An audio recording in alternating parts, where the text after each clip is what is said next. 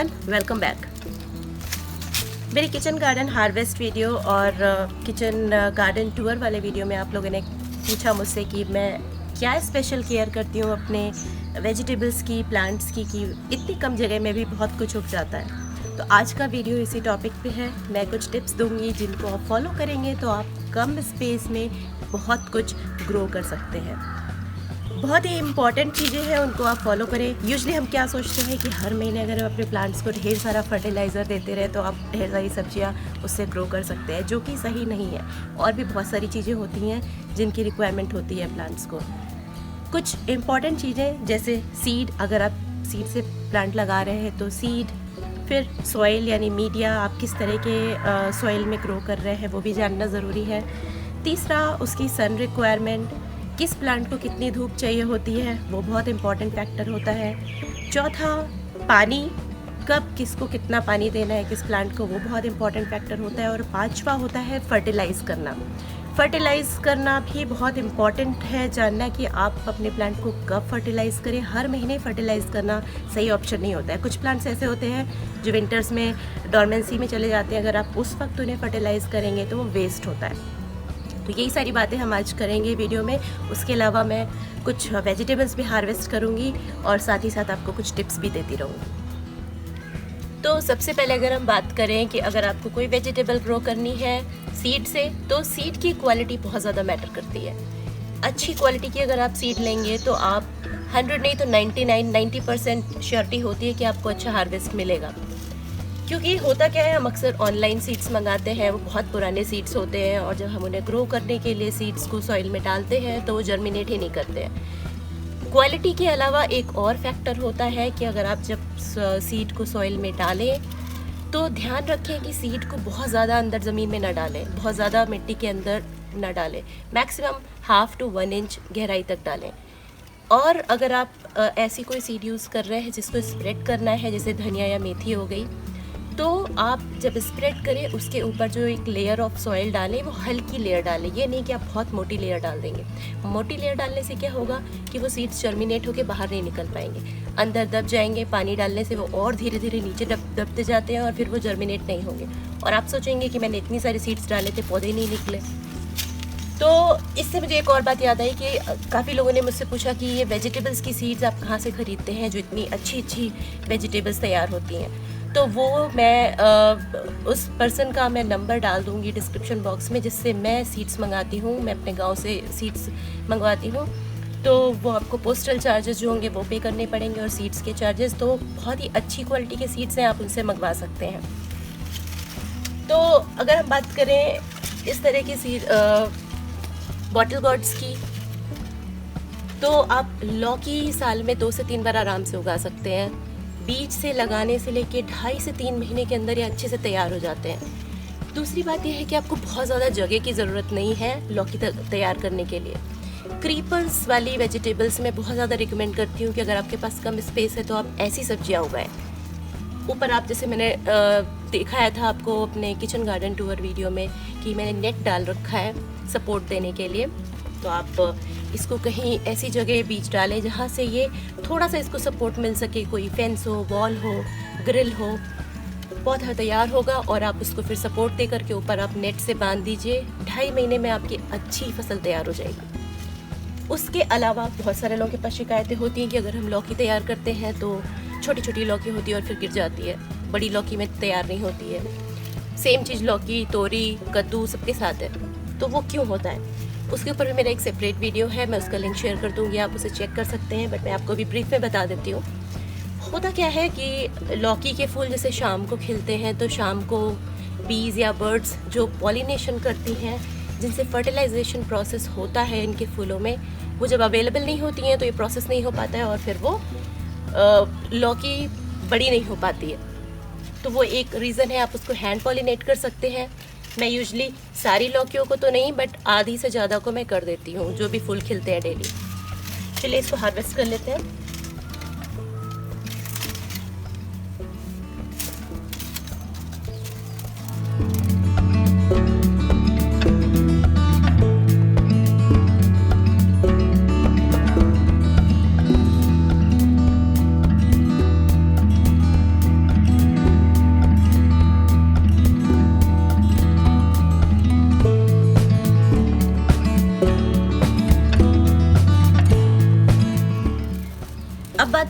है soil requirements की। हर plant की अलग सॉइल रिक्वायरमेंट्स होती हैं। जैसे अगर आप एक्वेटिक प्लांट्स की बात करें तो उन्हें चिकनी मिट्टी में लगाने से वो अच्छे से ग्रो करते हैं। लेकिन अगर आप ऐसे पौधों की बात करें जिनमें वेजिटेबल्स रूट्स के साथ तैयार होती हैं, यानी ज़मीन के अंदर तैयार होती हैं, तो उन्हें ऐसी मिट्टी चाहिए जो बहुत हल्की हो, थोड़ी भुरभुरी सी मिट्टी हो। तो चाहे आप अगर मूली ग्रो कर रहे हैं, कैरेट्स ग्रो कर रहे हैं, आलू लगा रहे हैं, इस तरह की बीट रूट्स लगा रहे हैं, तो आपको इस तरह की मिट्टी तैयार करनी है कि वो हल्की हो, बहुत ज़्यादा टाइट मिट्टी ना हो, ताकि उसकी रूट्स आराम से फैल सके और आपका अच्छे से हार्वेस्ट रेडी हो सके। साथ ही जब आप बीज डालें, जैसे कि मैंने बोला कि बीज बहुत ज़्यादा अंदर ना हो सॉइल में, वो भी ध्यान रखना है।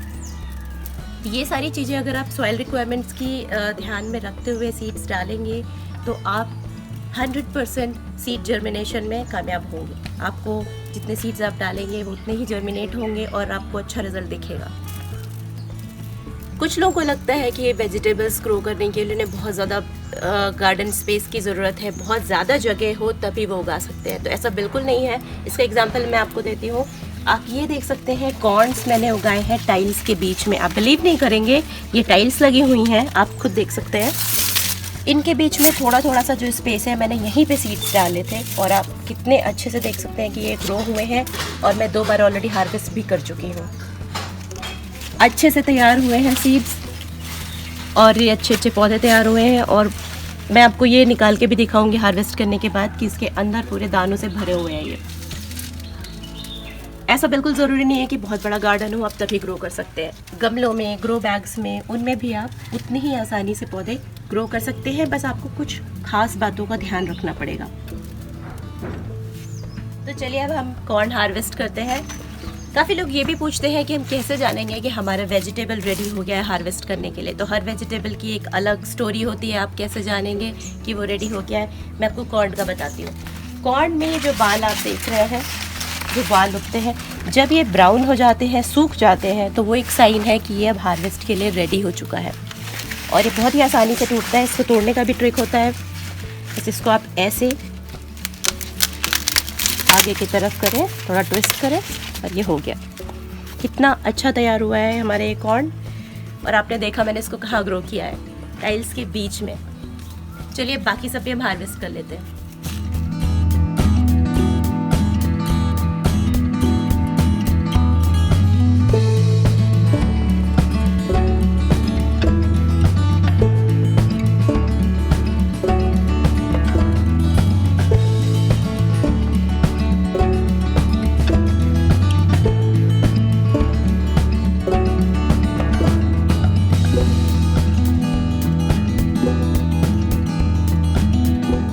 अब बात करते हैं हम सनलाइट रिक्वायरमेंट्स की। सनलाइट रिक्वायरमेंट्स जानना बहुत ज़रूरी है। आप क्या चीज़ ग्रो कर रहे हैं उसके लिए। अगर आप वेजिटेबल्स ग्रो कर रहे हैं, फ्लावर्स ग्रो कर रहे हैं, फ्रूट्स ग्रो कर रहे हैं, तो ये जानना बहुत ज़रूरी है कि उस पौधे को कितनी धूप मिलनी चाहिए डेली। कुछ फ्लावर्स ऐसे होते हैं जो धूप में भी अच्छे से ग्रो हो जाते हैं और थोड़ी सी छाया में भी अच्छे से ग्रो हो जाते हैं। लेकिन अगर बात वेजिटेबल्स की करें तो लगभग सारी वेजिटेबल्स को फुल सनलाइट चाहिए होती है ग्रो करने के लिए। फुल सनलाइट से मतलब है कम से कम 6 से 8 घंटे की डायरेक्ट धूप डेली। तो अगर आप सोचें कि आप सपोज चिली का पौधा लगा करके उसको आप घर में विंडो के पास रखते हो और उसमें अच्छे फ्रूट्स चिली तैयार हो जाए, तो वो पॉसिबल नहीं है, क्योंकि वो इनडायरेक्ट धूप मिलेगी वहाँ से उसे। तो बहुत ज़रूरी है कि आप चाहे गमले में ग्रो कर रहे हो, चाहे ग्रो बैग्स में, या फिर आपने चाहे ज़मीन में लगाया हो, आप अपनी वेजिटेबल्स का पौधा ऐसी जगह लगाएं जहाँ पे इसको डायरेक्ट धूप मिल सके। चाहे सुबह की धूप मिले, फर्स्ट हाफ की या सेकेंड हाफ की, लेकिन डायरेक्ट धूप मिलनी चाहिए। अगर हम बात करें कुछ ग्रीन वेजिटेबल्स की, जैसे पालक, धनिया, इन सबको आप हल्की सी छाया वाली शेड वाली जगह पे भी ग्रो कर सकते हैं आसानी से। इनको ज़रूरी नहीं है कि आप फुल सनलाइट में ही ग्रो करें जहाँ 6 से 8 घंटे की धूप मिले। 2 से 3 घंटे की अगर धूप भी मिलती है तो भी ये बहुत अच्छे से ग्रो करेंगे। लेकिन अगर आप ऐसे वेजिटेबल्स की बात करें तो इनके लिए आपको ऐसी जगह ही चुननी पड़ेगी जहाँ इसे फुल सनलाइट मिले। आइए बात करते हैं फर्टिलाइजर्स की। आप में से काफ़ी लोग मुझसे पूछते हैं कि मैं ऐसा क्या डालती हूँ अपने पौधों में कि वो इतने अच्छे लश ग्रीन दिखते हैं, इतने अच्छे उसमें फ्लावरिंग्स होती हैं और इतने अच्छे से वो फ्रूट्स भी देते हैं।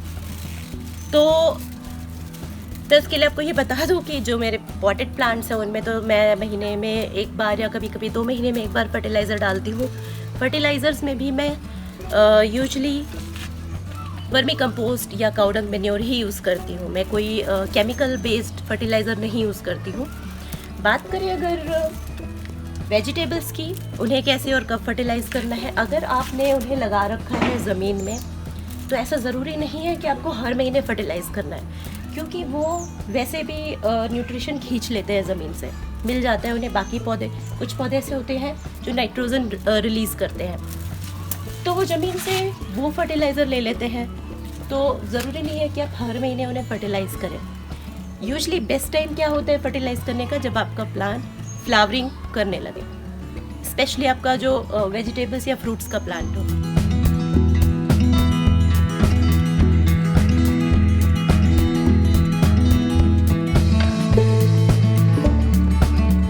दूसरा बहुत ही इंपॉर्टेंट पॉइंट ये है कि जब भी आप अपने प्लांट को फर्टिलाइज़ करें, स्पेशली अगर आप समर्स में फर्टिलाइज़ कर रहे हैं, तो कोशिश करें कि फर्टिलाइज़र को मिक्स करें सॉइल के साथ, उसके साथ ही उसे मिक्स कर डालें आप अपने पौधों में। डायरेक्ट अगर आप काउडंग मैन्योर डालेंगे अपने प्लांट में तो वो जल जाएगा, क्योंकि समर्स में ऑलरेडी इतना हीट होता है। दूसरी बात, कोशिश करें आप समर्स में लिक्विड फर्टिलाइज़र्स यूज़ करने का। लिक्विड फर्टिलाइज़र यूजुअली लोग पूछते हैं कौन सा यूज़ करें। ज़रूरी नहीं है कि आप ऑनलाइन ही खरीदें। अगर आप चाहते हैं तो मैं कुछ प्रोडक्ट्स की लिंक डाल दूँगी डिस्क्रिप्शन बॉक्स में, आप वो भी चेक कर सकते हैं। उसके अलावा अगर आपके पास काउडंग मैन्योर है तो उसको आप एक बकेट में पानी के साथ मिक्स करके ओवरनाइट छोड़ दें, फिर उसको छान लें और जो पानी तैयार होगा वो आपका लिक्विड फर्टिलाइज़र हो जाएगा। तो उसको आप यूज़ कर सकते हैं समर्स में फर्टिलाइज़र की तरह।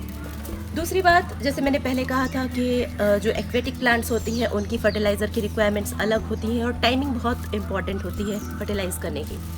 तो कुछ प्लांट्स जो डॉर्मेंसी में चले जाते हैं विंटर्स में, तो डॉर्मेंसी पीरियड का मतलब ये है कि जब इसकी पत्तियाँ झड़ जाती हैं, उसमें फ्लावरिंग और फ्रूटिंग नहीं हो रही है, उस टाइम पे आप अपने प्लांट को कभी भी फर्टिलाइज़ नहीं करें, क्योंकि उससे कोई फ़ायदा नहीं होगा, वो डॉर्मेंसी में है। जब यूजुअली स्प्रिंग में आप, स्प्रिंग सीज़न मतलब फेब में और मार्च में वो बेस्ट टाइम होता है, या फिर आप जब रेनी सीज़न हो उस टाइम पे अपने प्लांट्स को फर्टिलाइज़ करें। समर्स में आप अवॉइड करें। समर्स में यूजुअली प्लांट्स की ग्रोथ ज़्यादा होती है, तो आपको बहुत ज़्यादा फर्टिलाइज़ करने की ज़रूरत नहीं है। आइए अब बात करते हैं प्लांट्स की वाटर रिक्वायरमेंट्स की। पौधों में पानी डालना बहुत ज़रूरी होता है, लेकिन लोगों को ये नहीं पता होता है कितना और कब डालना है। कोशिश करें कि आप अपने पौधों में जब पानी डालें तो सुबह के टाइम पे पानी डालें, जिससे होगा क्या, जो एक्स्ट्रा पानी होता है वो दोपहर की धूप से वो इवेपोरेट होकर के आपके पौधों को नुकसान नहीं पहुंचाएगा। अगर आप शाम में डालेंगे पानी तो एक्सेस वाटर रूट्स के पास जमा रहेगा रात भर, जो आपके पौधे को नुकसान कर सकता है। इसके अलावा अगर आपने वेजिटेबल्स या फ्रूट्स या फ्लावर, ये सभी प्लांट्स के लिए इफ़ेक्टिव है, अगर उन्हें आपने लगा रखा है ज़मीन में तो डेली वाटरिंग करना बिल्कुल ज़रूरी नहीं है। अगर आप एक दिन स्किप भी कर देंगे तो आपके पौधे नहीं सूखेंगे। लेकिन अगर आपने वो पौधे पॉट्स में, ग्रो बैग्स में लगा रखा है, अगेन डिपेंड करता है कौन सा सीज़न है। विंटर्स है तो ज़रूरी नहीं है आपको डेली पानी डालने की ज़रूरत पड़े, ऑल्टरनेट डेज़ या 2-3 डेज़ में चलेगा। लेकिन अगर समर्स है तो आपको डेली पानी डालना बहुत ज़रूरी है। और अगर ज़्यादा गर्मी पड़ रही है तो हो सकता है आपको दिन में 2 बार भी डालना पड़े, एक बार सुबह और एक बार शाम को। पानी डालना बहुत ज़रूरी है। अगर आप ये सोचें कि जब पौधा बिल्कुल सूख जाए तब पानी डालें तो बहुत ज़्यादा प्लांट स्ट्रेस में चला जाता है, फिर उसमें फ्लावरिंग नहीं होती है और फ्रूट नहीं आता है। तो वाटरिंग बहुत ज़रूरी है प्लांट्स के लिए टाइम पे।